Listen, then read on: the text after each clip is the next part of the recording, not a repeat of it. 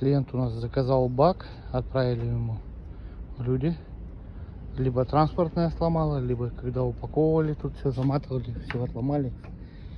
Так, и у человека на старом баке выплескивало бензин. Клапан был нерабочий. Я думаю, ну может здесь хоть клапан рабочий.